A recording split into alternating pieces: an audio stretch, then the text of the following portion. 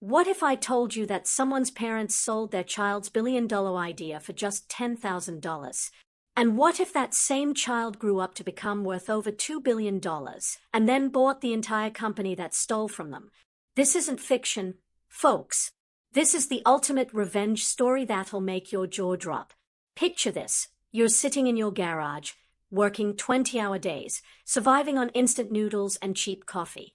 You've just created something revolutionary, an algorithm that could change the world of artificial intelligence forever.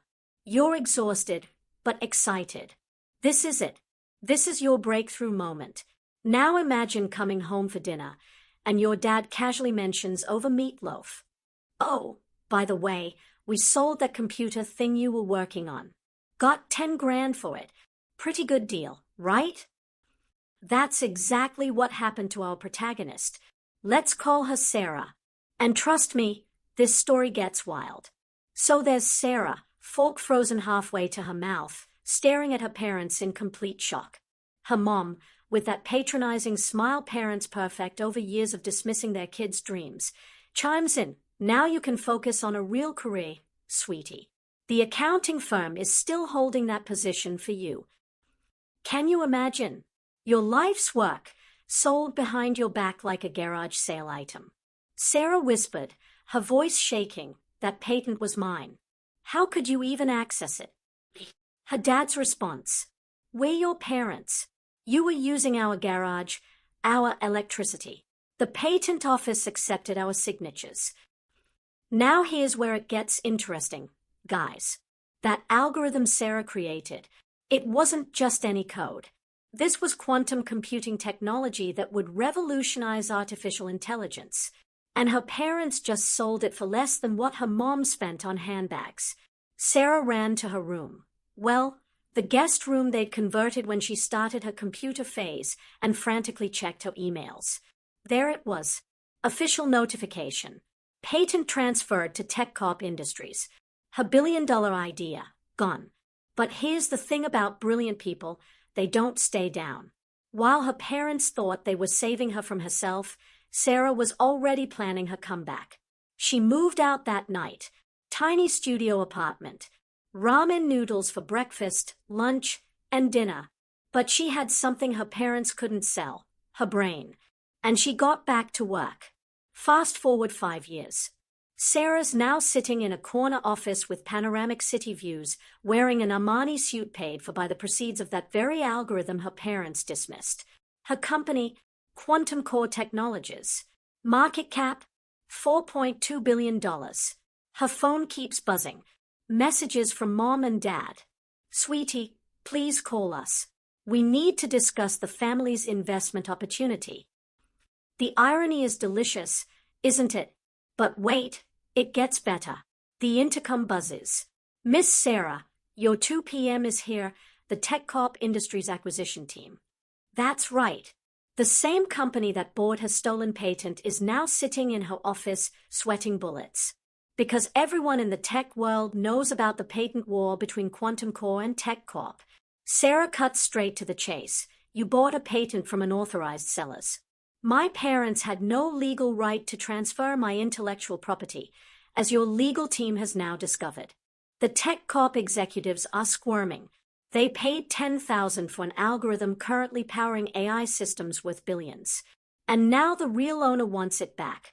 Sarah gives them 2 options: return the patent and face the consequences of 5 years of unauthorized use, or Quantum Core acquires TechCorp entirely. Now, here's where the story takes an even crazier turn. While this corporate drama is unfolding, guess who shows up at Sarah's office? Mom and Dad, of course. They walk in like they own the place. Mom in her designer suit, Dad with his executive swagger.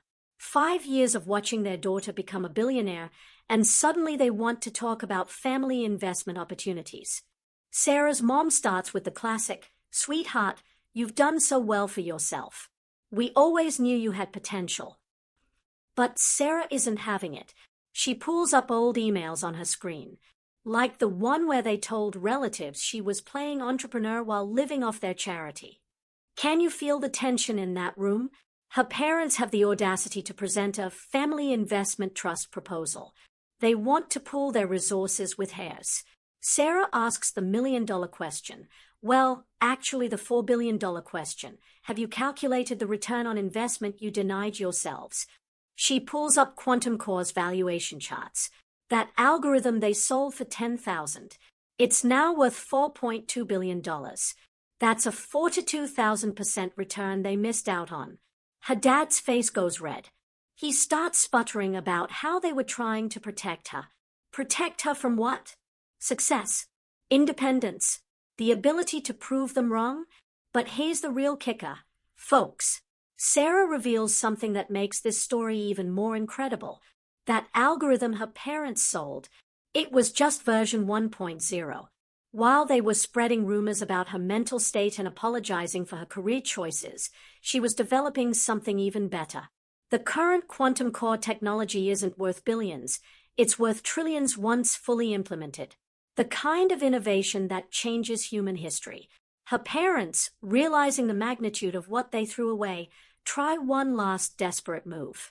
They offer their entire investment portfolio. Everything they have. Their house, cars, that precious country club membership. Sarah looks at the numbers. Their entire net worth is less than what Quantum Core generates in an hour. But the story's not over yet. Remember TechCorp?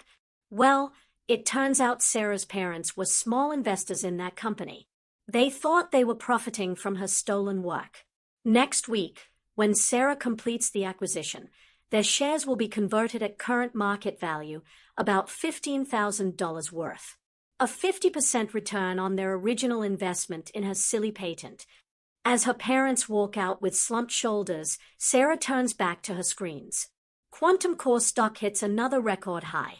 The quantum processing centers hum with innovation. And somewhere in the digital world, that algorithm they sold for $10,000 continues generating billions. That night, working late in her office, Sarah pulls out her old notebook where she first sketched those world-changing equations. On the first page, in her younger handwriting, is a quote she wrote during those dark days after the patent sale. Success is the best revenge, but innovation is the better legacy.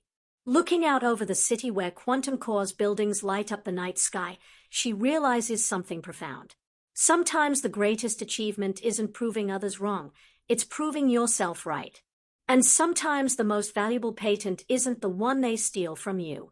It's the one you create after they teach you that valuable lesson about trust.